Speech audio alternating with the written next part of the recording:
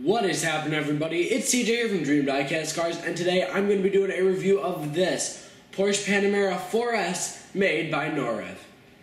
Now, real quick before we jump into this review, I just want to say that this week is going to be a big week for us. I'm planning on putting out 3 videos. This one, which is video number 99.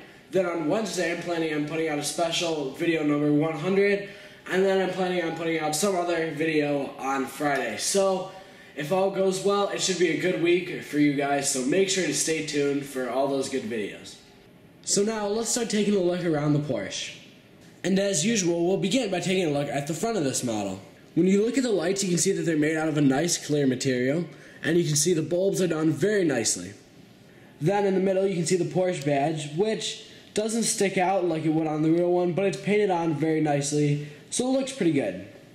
Then down low, you can see the license plate, some intakes, and the fog light, which all looks very realistic. Now let's take a look at the side of this model. When you look at the wheels, you can see that they're made very nicely. They look just like the ones on the real Panamera. All the spokes look perfect. You can see the nuts around the outside of the badge, and then the badge in the middle is just painted on, and it looks almost a little bit off center, but from far away it's so hard to tell. It looks pretty perfect. And, of course in real life the badge would stick out a little bit, but it's still pretty realistic because you can't really tell unless you're looking at it this close up. Then, of course, the discs move through the calipers as they should. Also, Norev went with the yellow calipers and painted the word Porsche on it, which looks extremely realistic.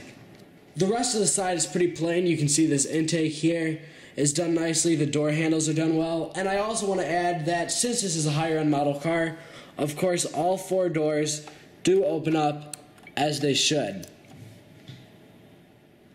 Now let's move along onto the back of this model. One thing that I really do not like about the back of this model is how the boot lid is not like flush to the car as it should be. You can see a huge panel gap in there, and it really does seem to pop out and look pretty unrealistic. Then when you look at the back of this model, you can see that on the rear lights, all the bulbs and LEDs are done perfectly as they would be on the real car. Then when you look at the badging on the back, it is still painted on, so it looks okay, but it definitely could be more realistic. One thing that I actually really like about the back of this model, and it's kind of funny because it's such a small thing, but I really like how the exhaust pipes are made. I think from far away especially, they look very realistic. Now let's take a look at the engine on this model, and of course to take a look at that you have to open up the hood, which is a little bit difficult. You really do have to stick your fingernail in there to get it, but the suspension moves really nicely. It's not like perfectly stiff. It actually has a good amount of suspension, and I feel like that actually makes it a little bit easier, so you can kind of push down and pull up on it, and it's not way too hard, but it could be easier if they'd put like a button on the bottom of it or something. Now, in my opinion, the engine on this model really does not look very good. Although the main block looks okay, it's all very plasticky. The whole thing really does look pretty cheaply made, and it has almost no depth to it. You can see the bottom, it's got like a plastic flooring on it, and obviously engines on real cars are very deep, down, they're huge, things, but on this it just looks tiny and it does not look very good. Now let's move along onto the trunk of this model.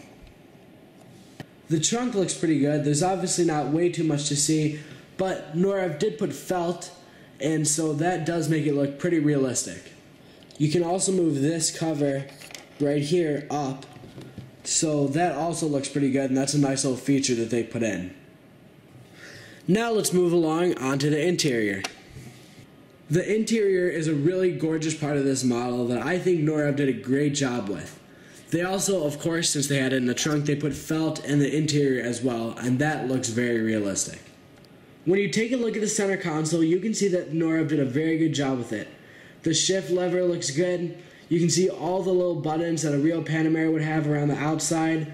The display looks nice with the 2 air vents around it. It all looks great, and it looks like Norev added some carbon fiber trim, which I think looks really cool.